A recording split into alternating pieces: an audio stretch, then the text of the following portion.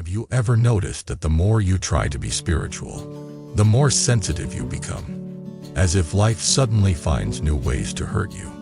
Have you ever wondered why some people have practiced for years, recited texts, bowed, sat in meditation, done all the right things, and yet one sharp sentence from someone can still pierce them like a needle? Welcome back to the channel. Today we are talking about a secret that many practitioners feel but rarely say out loud. Sometimes practice does not make you happier at first. Sometimes it makes you feel more pain. Not because you are failing. Not because you are cursed. Not because the path is fake. Often it is because you have arrived at the real entrance. The part where you stop collecting spiritual techniques and start cutting the root of suffering. Here are the two ideas I want to carry with you while we walk through this story. First, the path often becomes most painful right before it becomes truly liberating, because it forces you to face the mind that has been running your life. Second, the hardest gate of practice is not learning more, doing more, or becoming more special. The hardest gate is letting go of the one who wants to win at practice, the one who wants to be seen as pure, the one who wants quick results, the one who wants enlightenment as a trophy. Let me tell you a story. It begins with someone who looks like many of you. And honestly, like me at certain points in my life. I will call him Ethan. Ethan discovered spiritual practice during a season of collapse, work pressure, relationship disappointment, and a constant background anxiety that made his chest feel tight even on good days. He did what so many sincere people do. He searched for a way out of suffering. He found meditation. He found teachings on compassion and wisdom. He found the idea of karma and cause and effect. He found the possibility that life could be lived with a freer mind. At first, it worked. That honeymoon phase is real. In the beginning, use it for 10 minutes and you feel calmer. You read a teaching and it feels like someone finally understands your inner life. You stop arguing with everyone. You become a little softer. You sleep a bit better. You think, finally, I found the method. Then, a strange shift happens. Instead of getting steadily easier, life starts to feel sharper. Your emotions rise faster. Old memories return. Your patience seems thinner. You feel irritated by small things. You feel disappointed in yourself. You look at other practitioners who seem calm and you think, what is wrong with me? This is where Ethan began to suffer more than before practice. He had joined a small meditation group. The people were kind, mostly. The teacher was simple and steady. Ethan admired that steadiness. He wanted it. He wanted it badly. So he became very serious. He woke up early to meditate. He read daily. He volunteered. He stopped certain habits. He tried to be mindful in conversation. He tried to control his anger. He tried to control his cravings.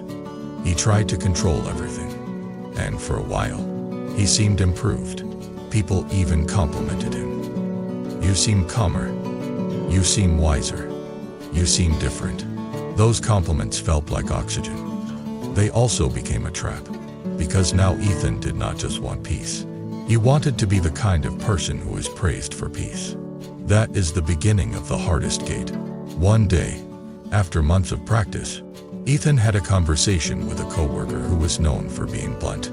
The coworker looked at Ethan and said, "You act very spiritual now, but sometimes it feels like you are judging everyone quietly."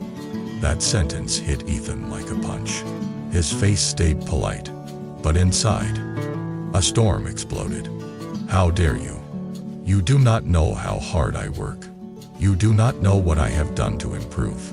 You do not know how much I have sacrificed." He went home and sat on his cushion, trying to meditate, but his mind was burning. He replayed the sentence again and again. He built arguments. He imagined clever replies. He fantasized about proving the coworker wrong. After 2 hours of inner fighting, he realized something terrifying. He was practicing more than ever, and yet he felt more tortured than ever. So he did what many of you are doing right now. He asked the big question, why is practice making me worse? That question is not a failure. That question is a turning point. Because the path is not about becoming numb. It is about seeing clearly. And sometimes clarity hurts at first, the way bright light hurts eyes that have lived in darkness. Ethan went to his teacher and confessed with embarrassment. I am practicing so hard, but I feel more reactive. I feel more pain. I feel like I am failing. The teacher listened quietly. Then the teacher asked one question that changed everything. When you practice, who is practicing? Ethan did not understand. I am practicing. The teacher nodded. Yes, that is the problem. Ethan stared. His mind tried to interpret it as an insult. The teacher continued. There is a self that practices to reduce suffering. That is healthy. But there is also a self that practices to become superior, to become safe from criticism, to become untouchable, to become admired. That self is subtle. That self can wear the mask of sincerity, but it is still clinging. It is still ego. It is still fear. And when practice strengthens that self, the suffering increases, because you are polishing the cage instead of leaving it. Ethan felt he tries in his face. Part of him wanted to argue, but another part recognized the truth. He had been trying to use spirituality as armor. He wanted to be so calm that nobody could hurt him. He wanted to be so wise that nobody could challenge him. He wanted to be so pure that karma would reward him with a smooth life. He wanted practice to become a deal. I do this, so life stops touching my wounds. But life does not work like that. Karma does not work like a vending machine. The path does not exist to protect your ego. The path exists to dissolve the ego that creates suffering. This is why practice can feel more painful. Because the part of you that wants control is being challenged. Now let me slow down and walk you through what is actually happening inside a person when practice starts to hurt. I want you to recognize yourself without shame. In the early stage, practice gives you relief. You discover breathing. You discover presence. You discover that thoughts are not facts. You discover that you can step back from emotion. This is like learning to swim in shallow water. It feels empowering. But then, if you keep practicing, you reach deeper water. Deeper water means you can no longer stand on the floor of your old identity. You feel less stable. You feel vulnerable. And that vulnerability is not a sign that the path is wrong. It is a sign that you are leaving the old ground. The mind hates leaving old ground. Even if the old ground was painful, it was familiar. The ego prefers familiar suffering to unfamiliar freedom. So the ego fights back. It creates new strategies. One of the most common strategies is spiritual ambition. Spiritual ambition looks like discipline, but inside it is desperation. It looks like purity, but inside it is fear of being human. It looks like humility, but inside it is craving for approval. It looks like compassion, but inside it is resentment that people are not appreciating you. And when you practice from that place, you feel more pain, because you are building tension into every breath. Ethan realized he had turned practice into a performance inside his own mind. Even when nobody was watching, he was watching himself. Am I doing it right? Am I improving fast enough? Am I becoming the person I want to be? Am I more calm than before? Am I more advanced than others? This inner judging voice is exhausting. It drains the life out of practice. It turns meditation into another job interview. So the teacher gave Ethan a new instruction. Stop trying to feel better. Start trying to see better. Stop meditating to manufacture calm. Meditate to observe reality. Observe craving. Observe aversion. Observe self-judging. Observe pride. Observe fear. Observe the urge to control. Observe the urge to be seen. Do not attack these things. Do not feed them. Just see them. Because seeing is already loosening. This is where the hardest gate begins. And it is hard for a reason. Because you are not just changing habits. You are changing identity. Ethan went home and tried the new approach. He sat down. He breathed. And almost immediately, He felt the urge to do it perfectly. He noticed it. He labeled it quietly as wanting. Then he felt frustration. He labeled it as resisting. Then he felt the need to prove he was a good practitioner. He labeled it as seeking. Then he felt shame about seeking. He labeled it as judging. It was endless. But something else appeared too. A small space. A small tenderness. A sense that he did not have to obey every inner voice. That space is the beginning of liberation. But it did not feel comfortable. It felt like standing in a storm without the old umbrella. Because the old umbrella was control. And now the teacher was asking him to walk without it. This is why many people say practice is painful. Because the mind wants guarantees.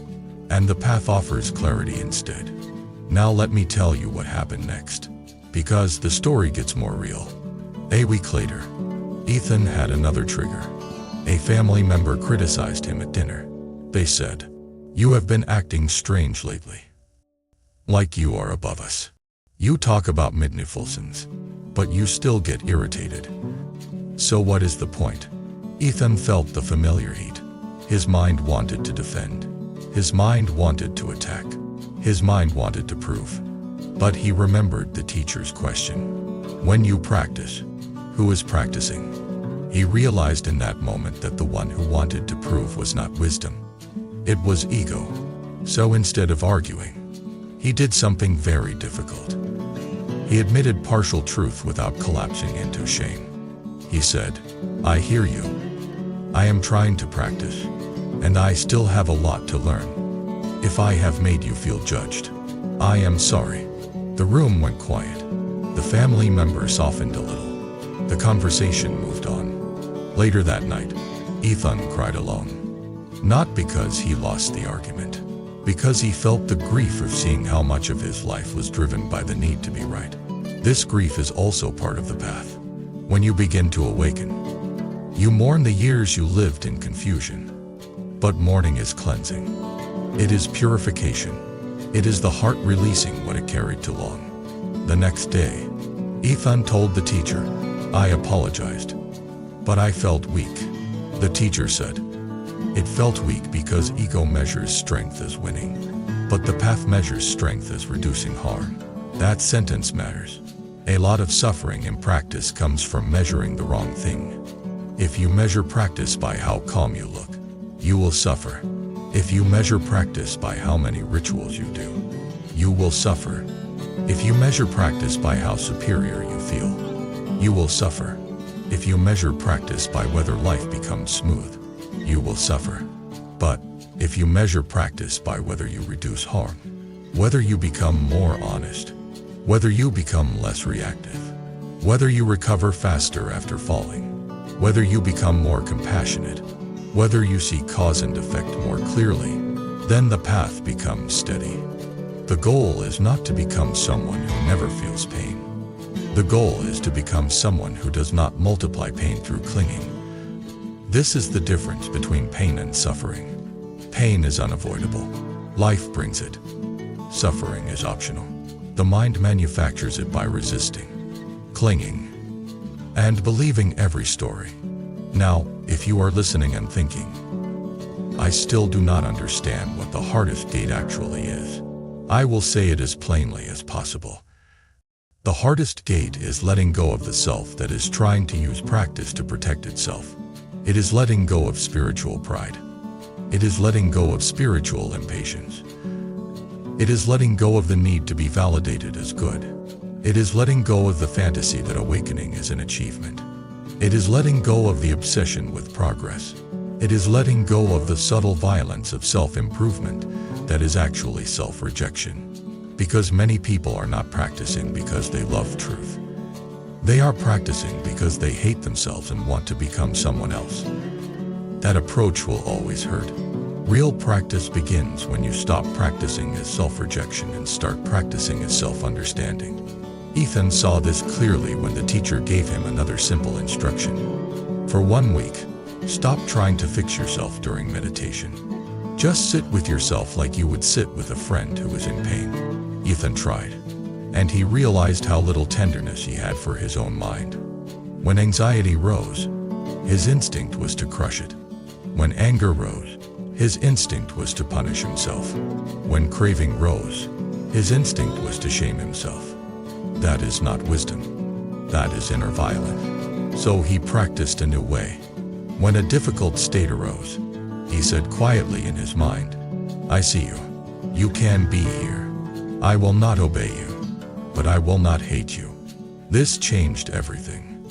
Because now, instead of fighting himself, he was learning to witness. Witnessing does not mean indulging. It means seeing clearly without hatred. And without hatred, the mind begins to settle naturally. Now let me take you deeper, because this is where the path becomes both painful and profound. There is a stage of practice where you begin to see how much of your personality is not you. It is conditioning. Your anger is often old habit. Your fear is often old memory. Your craving is often old lack. Your pride is often old wound. Your need to be praised is often old hunger. When you see this, you can feel disoriented. If these patterns are not me, then who am I? This question can feel frightening. It is also the doorway, because the sense of a solid self is a construction.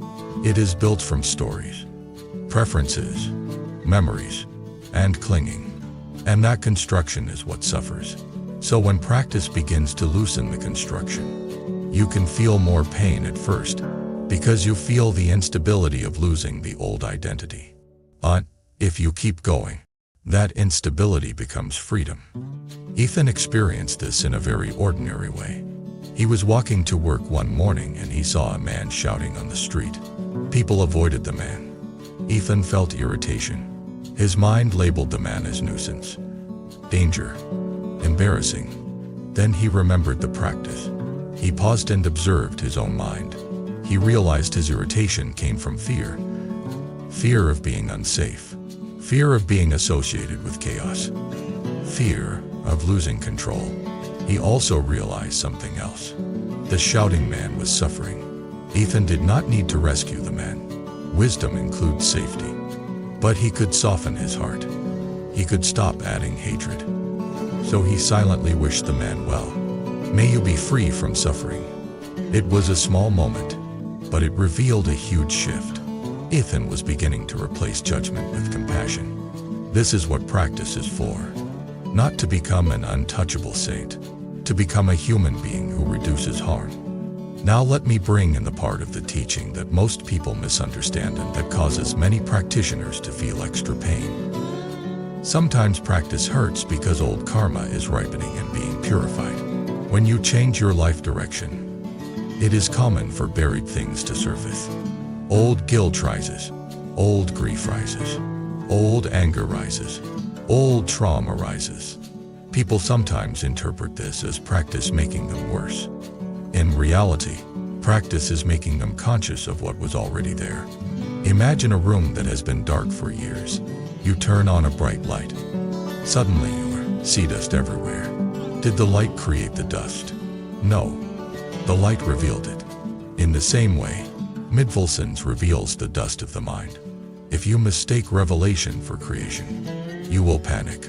But if you understand the process, you will be patient. You will say, yes, this is what is here.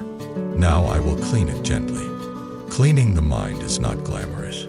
It is daily work, and it includes confession and repentance in the deepest sense. Not as a ritual performance, but as an honest recognition of harm and a sincere vow to change. Ethan had a night like this. He sat in meditation and suddenly remembered a moment from years earlier when he had betrayed a friend in a small but real way. He had justified it at the time. Now, with a clearer mind, he saw it as harm. He felt shame, deep shame. His old approach would have been to punish himself. You are terrible. You are not worthy of practice. But the teacher had warned him about this. Shame can be a teacher, but self-hatred is a poison. So Ethan did something harder. He allowed the shame to be felt. Then he turned it into action. He reached out to the friend, admitted what he had done, and apologized without excuses. The friend did not instantly forgive. But the friend appreciated the honesty. Ethan felt a strange peace. Not because the situation was magically fixed, but because he had planted a different seed. This is karma training. This is destiny training. And it is often painful, because it requires humility. Now I want to speak directly to the person who is practicing and secretly suffering, thinking you are the only one. You are not alone. Many sincere practitioners hit a wall. They feel dry. They feel frustrated. They feel like they are doing everything and nothing is changing. They feel more sensitive. They feel like they cannot enjoy life because they are constantly watching their mind. They feel like they are failing because they still get angry. Here is the truth. If you keep going, the wall becomes a gate. But you have to understand what the wall is. The wall is the ego trying to own the path. The wall is the self that wants credit. The wall is the self that wants to be special. The wall is the self that wants guaranteed results. The wall is the self that wants to eliminate all discomfort. But awakening does not belong to that self. Awakening is the seeing that that self is not solid, not permanent, not the ruler of reality. So the wall is not your enemy. The wall is the lesson. And the lesson is surrender, but not passive surrender. Why surrender? Why surrender means you stop fighting reality inside your mind, and you start practicing in alignment with reality. Reality includes impermanence. Reality includes discomfort. Reality includes uncertainty. Reality includes the fact that your mind has habits, and habits change slowly through consistent causes. So if you are suffering, do not immediately conclude you are doing it wrong. Ask a better question. What is my practice aiming at? Am I practicing to become kinder and clearer? Or am I practicing to become untouchable? Am I practicing to reduce harm? Or am I practicing to earn a reward? Am I practicing with patience? Or am I practicing with a hidden timeline? Am I practicing with compassion toward my humanity? Or am I practicing with hatred toward my imperfection? This is the hardest gate, because it requires radical honesty. Ethan crossed this gate gradually, not in one dramatic moment. One day he noticed he was feeling proud because he had meditated for 60 days in a row. His mind wanted to tell people. His mind wanted to be admired. He observed the pride and did not feed it. He did not attack it either. He simply returned to the breath. Another day, he noticed he was feeling superior because he was less reactive than a friend. He observed the comparison and let it go. Another day, he noticed he was using spiritual language to avoid admitting he was hurt. He would say, "I am detached," when the truth was, "I am afraid to feel pain." He admitted the pain. He cried. Then he felt lighter. This is what it means to stop using practice as a mask. It is terrifying at first. It is liberating later. Now let me tell you the moment Ethan truly understood the hardest gate, because it came from a place you might not expect. He was on a retreat. The silence was deep. The schedule was strict. The mind had nowhere to hide. On the third day, he felt a wave of irritation toward another participant who walked loudly. Ethan judged the participant as careless. Ethan felt his own anger rising. Then Ethan remembered his old self. He was becoming the thing he hated, a spiritual person who judges others. He felt despair. "I am still like this." He went to the teacher and confessed, "I feel like a hypocrite. I judge people. I get irritated. I thought I was beyond this." The teacher looked at him and said, "Good." Ethan was shocked. "Good." The teacher said, "You thought practice would remove your humanity.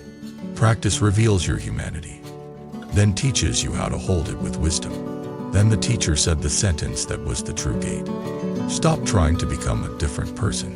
Start seeing what you already are, clearly and kindly." Ethan went back to his cushion. He sat. He breathed. He allowed irritation to exist without obeying it. He allowed judgment to exist without feeding it. He allowed shame to exist without drowning in it. And suddenly he experienced something subtle but life-changing. He did not feel like a great practitioner. He felt like a simple human mind. watching itself, returning again and again. That simplicity was freedom. Because the self that wants to be a great practitioner had relaxed. And when that self relaxes, the mind becomes quiet naturally. This is why the hardest state is the one you do not want to hear when you are suffering. Your suffering is often coming from the one who wants to succeed at spirituality. That one is clenching. That one is performing. That one is measuring. That one is afraid. So the gate is to let that one soften and finally rest. Now, I want to connect this to your daily life, because the path is not only on a cushion. The hardest gate appears in relationships. When someone criticizes you, can you listen without defending instantly? When someone disappoints you, can you feel sadness without turning it into hatred?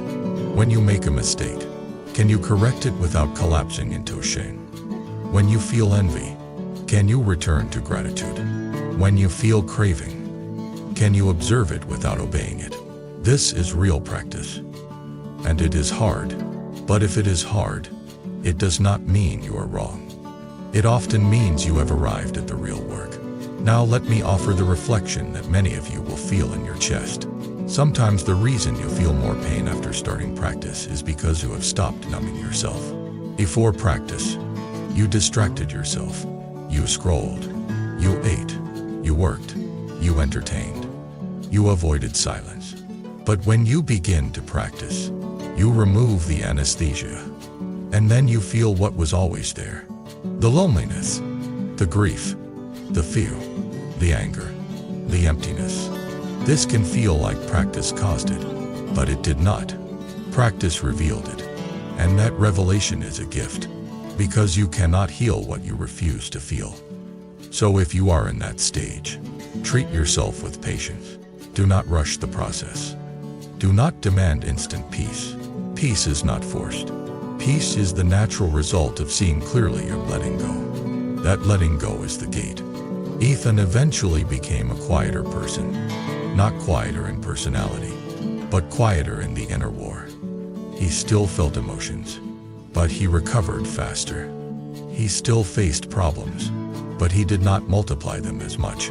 He still had ego, but he saw it sooner. He still made mistakes, but he repaired them more honestly. And he stopped needing to be seen as spiritual. He became more human. That is the paradox. The more you awaken, the more human you become. Because you are no longer performing. You are simply here. And that is where wisdom lies. And that is where compassion becomes real. And that is where karma begins to change at the root. Because when you stop feeding the old patterns, the old destiny loosen. So if you are practicing and feeling more pain, remember this: you may not be failing. You may be entering the hardest gate, the gate where the mind stops trying to win and finally learns to be free. Every person carries a certain energy. Your focus, your dreams, your purpose. Bracelet is a physical reminder of that energy. Symbol you wear daily, that pushes you to stay grounded, balanced, and aligned. If one of the bracelets caught your eye, you can order it through the link in the description. And check more powerful styles on our homepage store. Choose the one that strengthens your journey.